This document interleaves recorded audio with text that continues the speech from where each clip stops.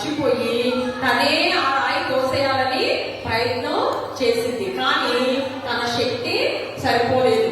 అయితే అప్పుడు ఏం చేసిందంటే వాళ్ళ నాన్నగారు అన్నారు, నువ్వు ఎంత కష్టపడకపోతే నా సహాయం అడగొచ్చు కదా అని అడిగారు కదా.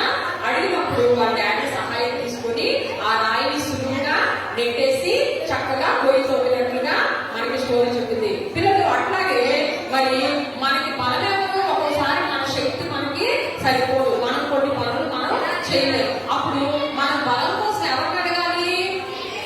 యేసయ్యని అడగాలి. యేసయ్యే మనకి బలం కదా.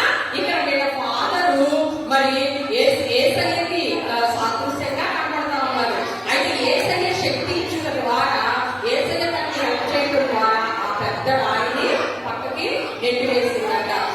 కాబట్టి మీరు కూడా మరి ఎట్లాంటి సమస్యలు లేదా ఎలాంటి మరి కష్టం మీకు ఎదురైనా సరే మీరు ఒక్కళ్ళే బాధపడద్దు. కానీ ఎవరి సహాయం తీసుకోవాలి? మన తండ్రి సహాయం, యేసయ్య సహాయం మనం తీసుకుని ముందుకు సాగిపోవాలి. హ్యాపీగా సక్సెస్ఫుల్ గా తన పని తను జరిగించినట్లుగా మనం కూడా ఏం చేయాలంటే మరి దేవుడి సహాయంతో మన పనులన్నీ సక్సెస్ఫుల్ గా ముగించుకోవాలి. చాక్లెట్ నీకు చాలా థ్యాంక్స్ చెప్తున్నావు. ఎందుకో తెలుసా? చాలా మంచి స్టోరీ చెప్పావు.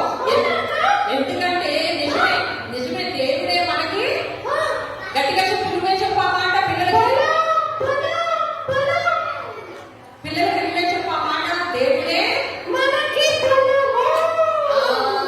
ఏమంటే చాక్లెట్, దేవుడే మనకి మన బలం మనకి సరిపోదు. అందుకే మనము ప్రే చేసుకోవాలి. ప్రతి విషయంలో మనము ఆ దేవుడి సహాయాన్ని మనము అడగాలి.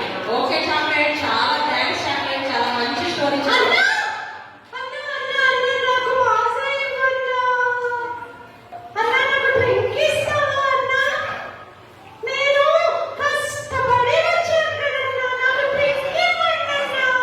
ఏమన్నా అడుగుతున్నావు?